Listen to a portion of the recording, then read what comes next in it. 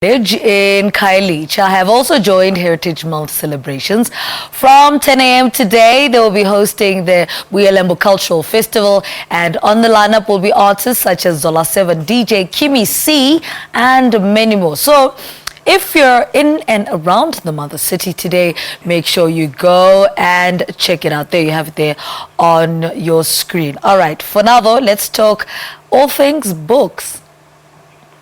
Thanks, Lebanon. Trapped is a novel of a beautiful and financially secure woman who packed all her belongings and travelled abroad in hope for a mature and a real relationship with the one who she thought was the love of her life. The true story takes you on a roller coaster ride, the journey of Sam Scarborough, who from the moment she touched down in London to the very last days of her stay, and what was waiting for her on the other end of the world wasn't the happily ever after she had hoped for.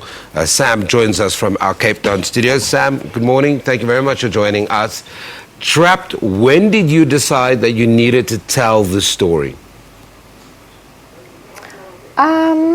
During the ordeal, actually, I thought I was going to write the book, but I started writing it primarily to keep track of what was going on, because I was being accused of things that I knew I hadn't done or weren't my fault. And I thought I was going mad. I thought it was me. All the fingers were being pointed at me. I was overreacting. I was oversensitive. I was unrealistic about, the lifestyle we would be having in London. And so it was my diary, actually. I started writing down every single day what was going on, how late he came home, how drunk he was. And then, obviously, with all the liquor involved, there was verbal abuse and shouting and name-calling when he got home at night. So I recorded it all. So you fell in love. You had this idea that you would have this perfect, happily ever after, packed up everything, moved to London.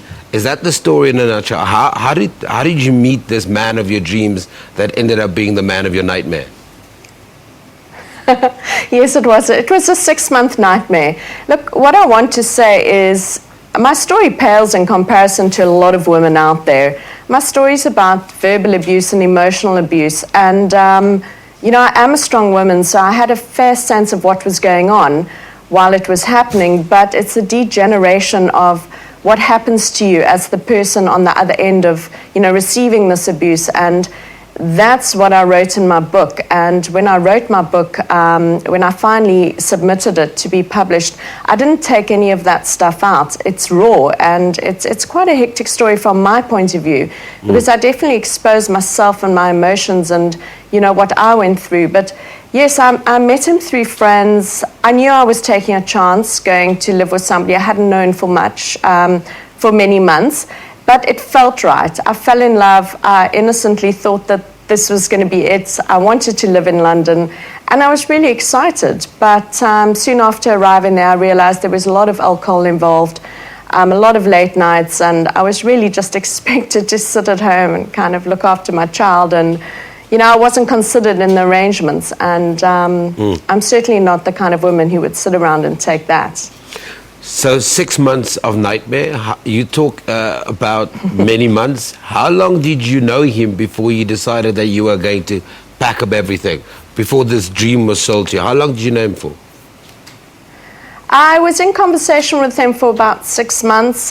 We'd spent not a lot of time together because he was in London and I was in South Africa. But because we had mutual friends and, there was a lot of dialogue when you are on Skype or doing a long-distance relationship. So I felt fairly secure and fairly safe to make that decision. But, I knew if it didn't work out, I could come home, but I never thought it would result in that. I really thought I was making the right decision, and I was really excited about joining him in London and living in London again.